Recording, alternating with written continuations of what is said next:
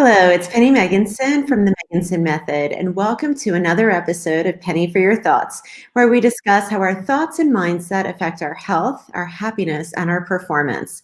I'm really excited about this episode from Surviving to Thriving, where I'm joined by Meg Crockett. She's an integrative health coach, and we're going to be talking about all things to do with physical and mental health, from gut health and systemic inflammation to being disconnected from our true emotions and how that can affect our health.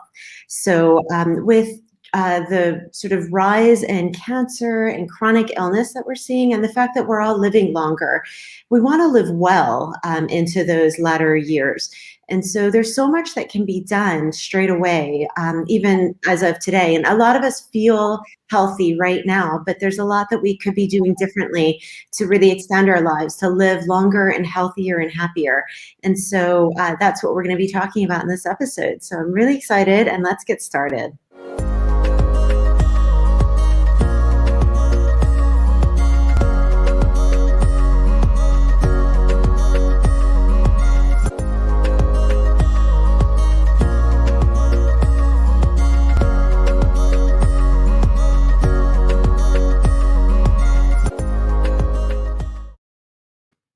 Hello, Meg. Welcome. Hi, Penny. It's great to see you.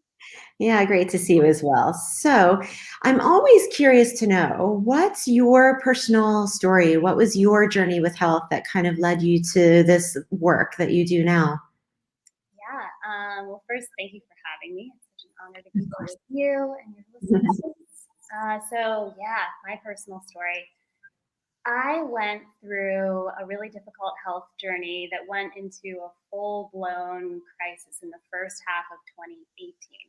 So I had actually developed stage 4 endometriosis, and it had been there for a little while, but I had actually developed a dangerous complication, and I had to have 2 surgeries in the first half of 2018. I had to be hospitalized. It was really serious. Up until that point, I had thought that I was healthy. I didn't know. I knew about the endometriosis, but I wasn't having too much pain, so I hadn't done that much about it. And I didn't realize that some things were kind of bubbling below the surface. So after I went through that experience, I decided to go back to school and actually get my certification in integrative health, because I really wanted to understand what had happened to me. And then even after those surgeries later in 2018 and into 2019, I continued to have problems. I had debilitating fatigue, I had brain fog, aka ADD, anxiety, chronic pain, which really led me to search deeper with my functional medicine team until I was diagnosed with biotoxin illness. Okay. That's an environmentally acquired illness. So it comes from, the one that I was diagnosed with comes from actually indoor mold toxins. Okay. So in fact, this is pretty wild to understand now, but one of the main root causes behind why I developed endometriosis years before was that because of the mold toxins, my immune system had kind of become knocked out. I had developed systemic inflammation, which was leading to some of that anxiety and brain fog and other things. And this had been in my system for probably at least a decade. So toxins also negatively affected my gut, my brain, my immune system. So I went through a whole detoxification and really went and studied all things functional medicine and environmental toxins. And today my health is really good, and I don't have endometriosis anymore, but I really learned a lot from this journey. Yeah. Okay. Wow, that's really interesting. I've been doing a lot more with environmental hazards and environmental toxins with particular clients that I've been working with who just aren't getting better. And so it's just looking at other avenues. So that's really interesting. And I think it's something that we take for granted quite a lot. And even just understanding that our water quality might not be what it should be.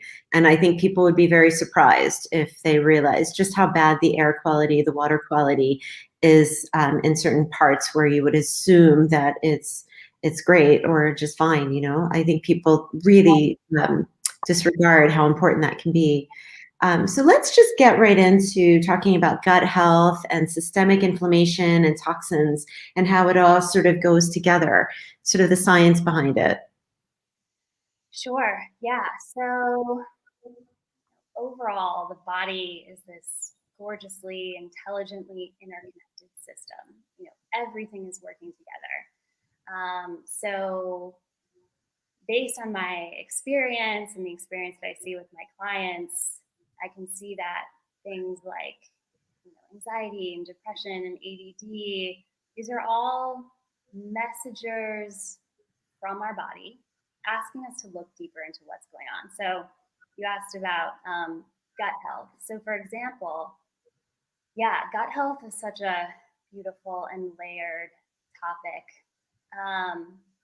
So to your point regarding the environment, what can happen is over time, our gut can be affected by all kinds of different toxins. So when I say toxins, it could be medications, it could be, like heavy metals in the tap water, things in the air, things in our food, maybe it's pesticides in our food, various different things that over time can actually have an effect on our gut lining. So this can lead to something like something that I look for a lot in my practice, which is intestinal permeability, aka leaky gut. By this point, Exactly. we've all heard about leaky gut, and that means that what's happening in the gut is the gut lining can get, it gets weakened over time sometimes, and then little particles, it could be food or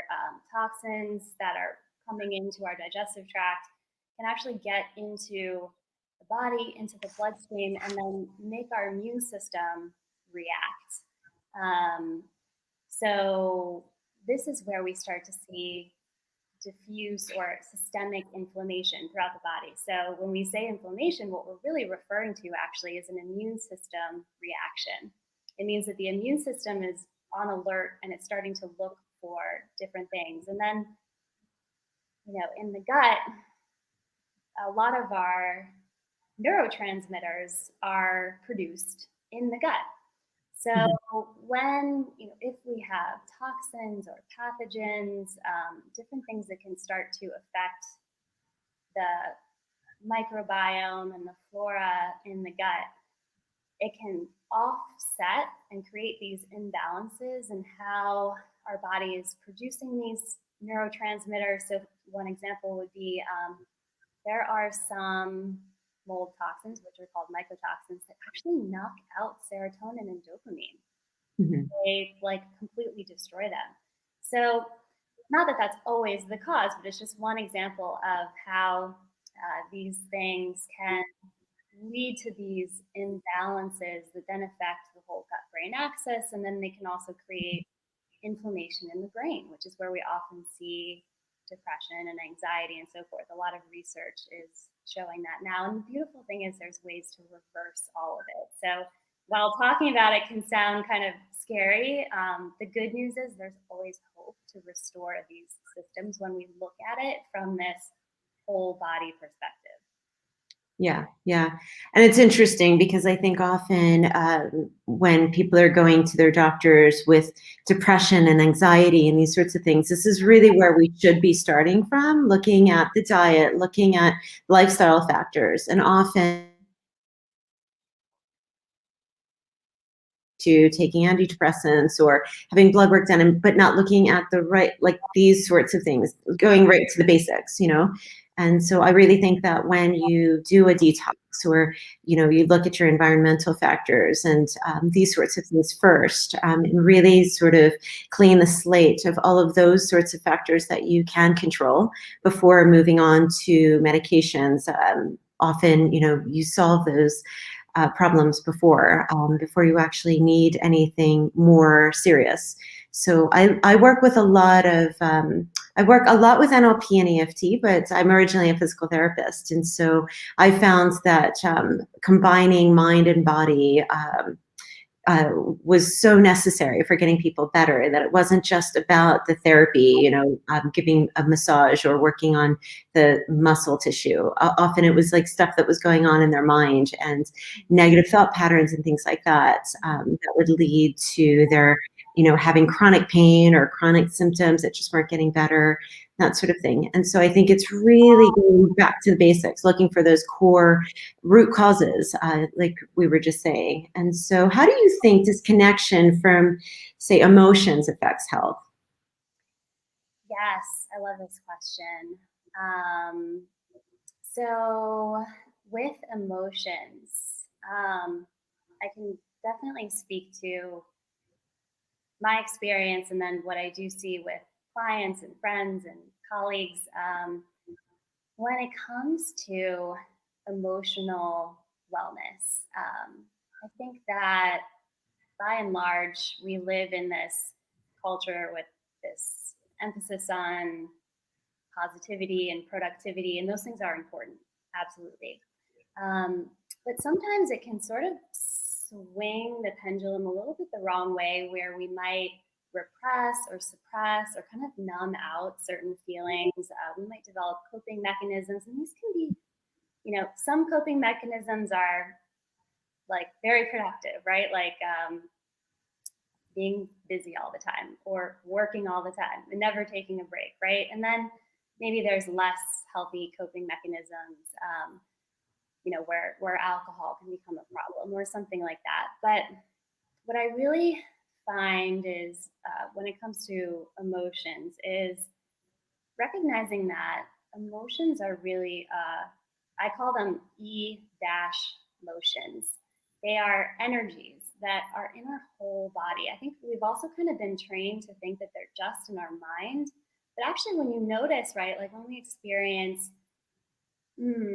anxiety or depression, you can stop and you can feel it in the body, and often people can, Absolutely. and I'm sure you came across this a lot, I'm sure in your work, where you feel it in your chest, you feel it in your throat, right? Exactly. Yeah. Exactly, and it can manifest as pain as well, for sure. Mhm. So I I really like to encourage people to begin to, yeah, just practice allowing yourself to be with different emotional states without trying to change anything, because the more that we allow ourselves to, To feel. yeah, and like tap into what's going on, we we can actually allow those to kind of influence our choices more, and really learn to honor ourselves and figure out what those emotions are trying to tell us. And then, of course, there's a lot of relationship to the nervous system as well. And so I'm very interested in there's a whole field called somatic experiencing, which is really about how can we better integrate trauma in the body, right? Because there's, of course, this role of unintegrated trauma, and we all have trauma um, Yeah. of some kind. Um, Right. and so that's a big part of it too, right? I think is being able to do that really, very brave and very difficult work sometimes of integrating that trauma and being able to kind of throw off the trauma blanket, as I like to say, kind of liberate yourself from it. But going through that process requires us to really develop a deep awareness, which can be scary. Yeah. So that's where, like, I love emotional wellness, and I think it can be this like deep uh, journey to really acknowledging our feelings, but then we learn to also have more capacity for joy and love and pleasure, and just really finding things that light us up, because they start to feel safer. The more we can sit with the dark emotions, the more we can sit with the really bright and beautiful ones. So, yeah, Absolutely. Yeah. so much there. Yeah, it's such a layered topic. I love. Yeah, and I agree. I think a lot of, and I just to rephrase trauma, I think a lot of people think of trauma as something really traumatic, and it's really more these micro traumas, like these small events that happen maybe in our childhoods.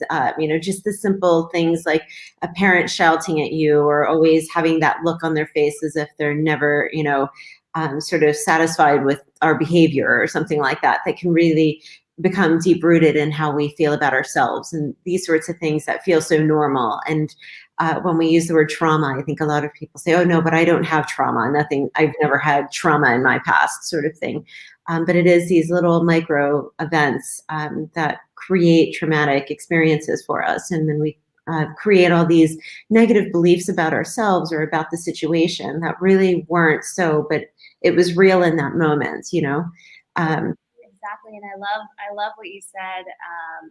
There's a wonderful psychologist that I follow. Her name's Dr. Valerie Rain, and she defines trauma as any time that we felt unsafe to show up as our whole self. yeah, exactly. Look at that even from like a systems perspective. Exactly, and I think it's important to allow ourselves to not dismiss those small experiences, to your point, because that's where those little belief systems might get imprinted that maybe we're not worthy, or who knows what it is. And so it's really important to unpack those, even if they seem small. There can be so much freedom found once we Absolutely. look back at those. Yeah. Yeah.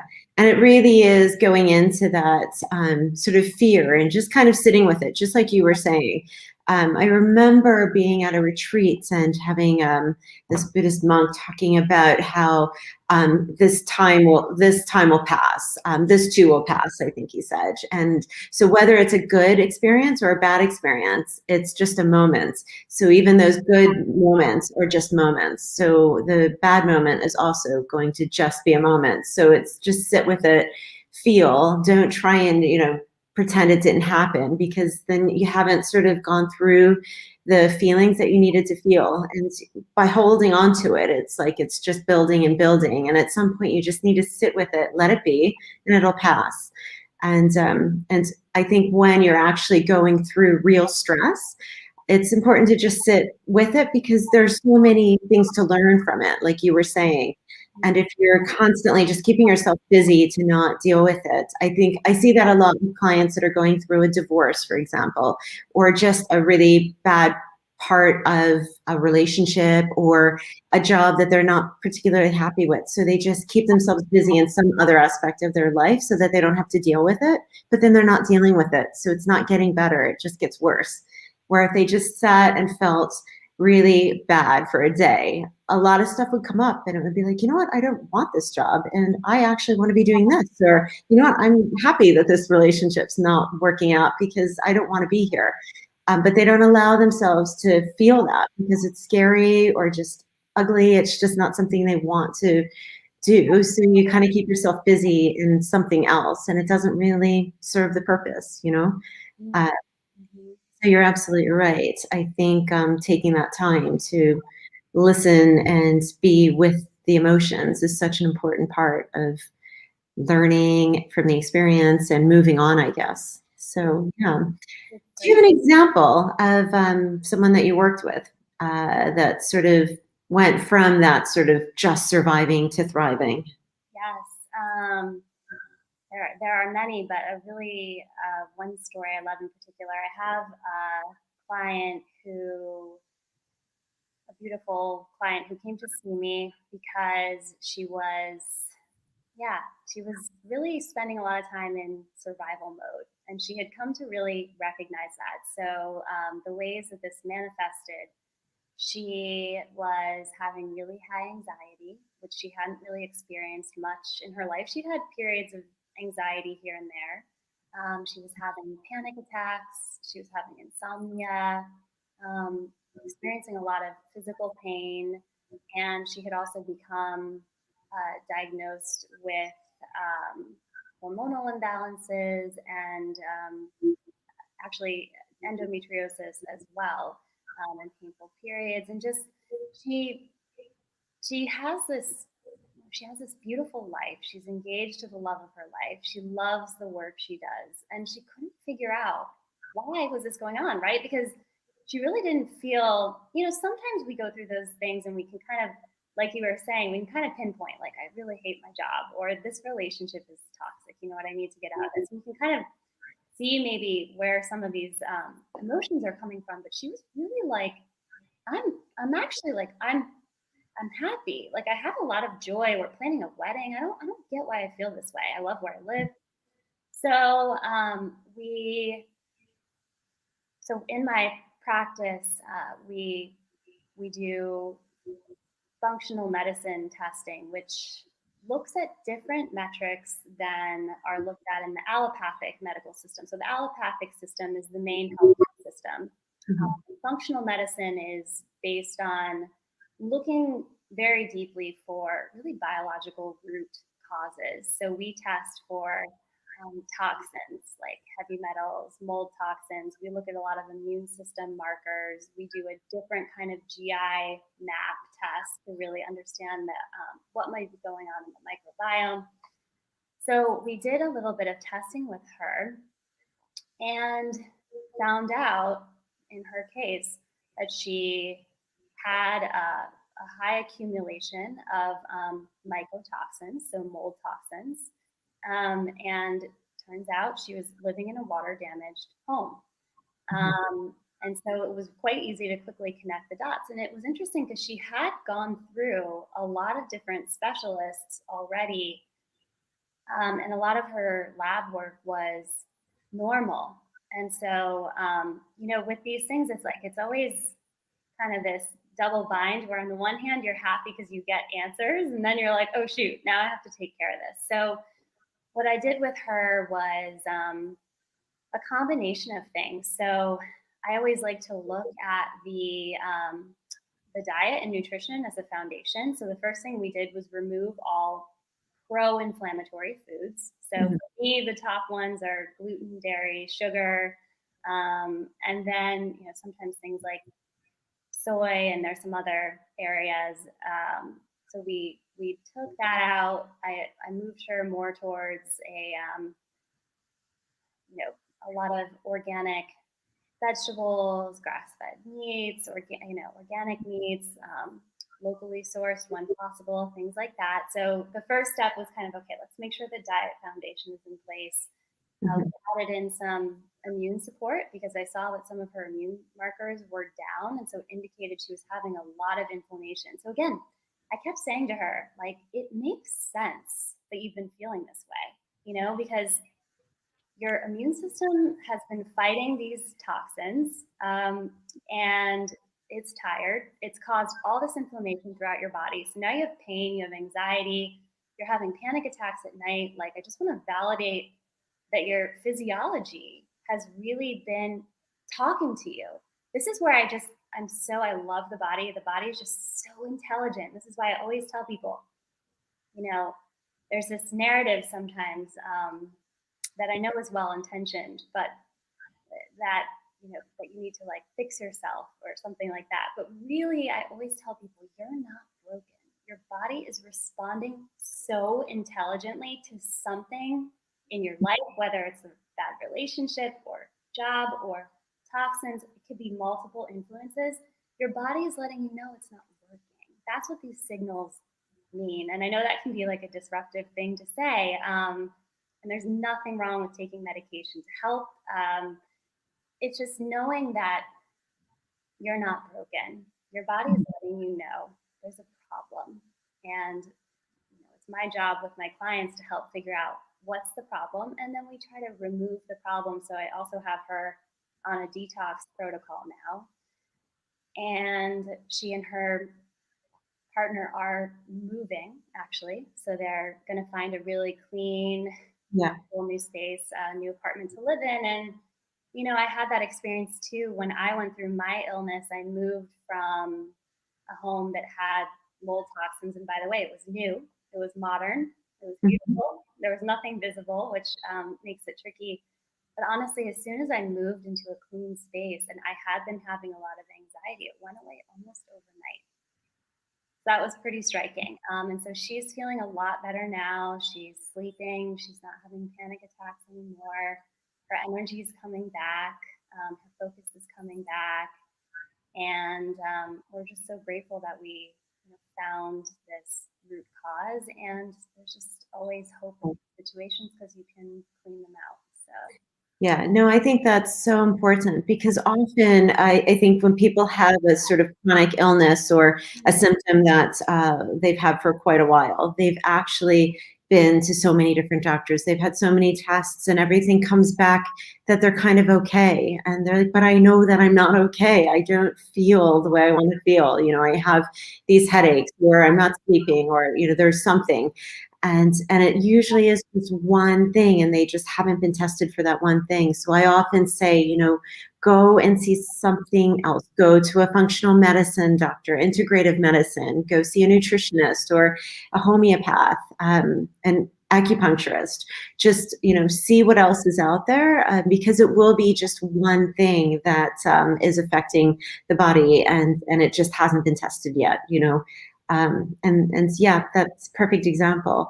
So what advice could you give to some of our listeners who maybe are battling with something right now and they're not sure what, just as you were describing in the very beginning, just kind of feeling like they don't feel as well as they want to feel, but they can't really pinpoint it. What would your advice be? What are some tips? yeah, I love this question. Yeah. Well, the first thing I just would say to people in that who are experiencing that is again to just know you're not broken. Your body is smart. You will get to the bottom of this, and there's nothing to be ashamed of. And we all need support to figure out these things. We're not meant to do it alone. So I just encourage people to, first of all, um, have a team. Make sure that your nearest and dearest who are very safe,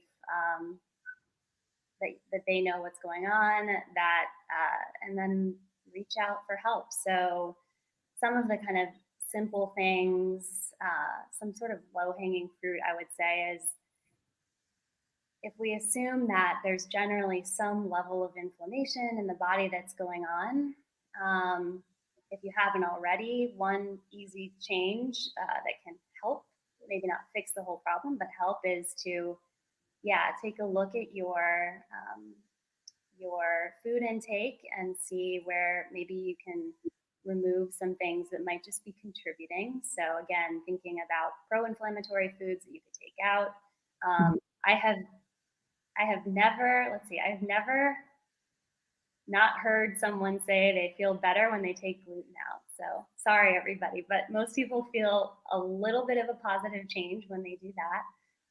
So that's kind of a low hanging fruit thing to try.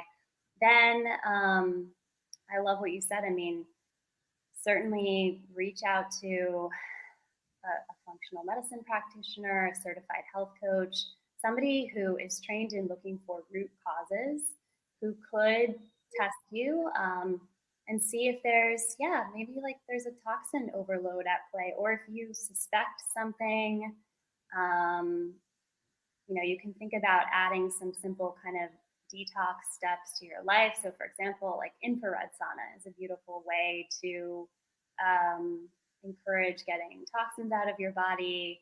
Um, but the role of environmental toxins really, I think, can be big here. So that's something to investigate. There's also some beautiful medicinal herbs. If you're just looking for something kind of in the day to day to help, gosh, ashwagandha can be incredible, Yes. right? Yeah. That, like, wow. Research actually shows that it has as strong of an effect as psychiatric anti-anxiety medication. Oh, that's really interesting. That's interesting. So And it, just for the audience, ashwagandha is an Ayurvedic, how would you describe it? Supplement. yeah, Yeah. it's a herb, and you can get it either in a capsule or there's liquid forms that taste really funky, but I kind of like the flavor. And yeah, it's been used for, I mean, thousands of years to. It does a lot. It's a nervous system regulator, so it kind of helps. hormones as well, right? What's that? Stabilizes the hormones as well. It does, yes. It's good for the immune system. It Mhm. just can help increase your overall kind of feeling of well-being. So that's something I found to be really potent. Rhodiola is another that helps manage our cortisol levels. So you mentioned hormones like cortisol, of course, is our stress hormone that gets really activated. So some of these beautiful Ayurvedic and medicinal herbs, there's a reason they've been used for such a long time because they work. Yeah, yeah, Um, absolutely. those are some easy ones too. And then, yeah, I think those are my kind of, and then I guess the other thing I would say is investigate or maybe learn about other techniques to help regulate the nervous system. Mhm. So, I do a lot with breathing, breath work, and that is just so fantastic because it's something you can do anywhere at any time. And so once my clients learn to use it when they're angry or when they're feeling stressed or overwhelmed, they can just use it in that moment when they need it. And it really works to get the parasympathetic nervous system to kick in. And so it just stops all the anxiety and stress and overwhelm that can happen. And you really just feel more balanced, and it's just so easy to do. And so, yeah, absolutely. I think breath work, meditation, mindfulness, all of these things, it's really the way forward. I think more and more of us are starting to learn that it's these little daily things that you can do that really just keep us feeling balanced, and they're so simple to learn, and you can use them whenever you need them throughout the day. And so, yeah, that is great. Thank you so much, Meg. And again, that was Meg Crockett. And Meg, how can our listeners get in touch with you if they've got questions or want to work with you? sure, yes. Check out my website, which is megcrockethealth.com. You can send me an email from there, or check me out on Instagram. I interact a lot with the community on there. It's just fun. I try to just post fun, like health, tips and show some of what I do in my lifestyle that works for me, and try to speak to things that I kind of see happening across my clients. So that's also Meg Crockett Health. And yeah, I would love to hear from your listeners. And it's just been so nice chatting with you here. Yeah, thank you again so much for joining us and all this wonderful information. And as always, you can find me at Megginson Method across all social media, and I look forward to you next time.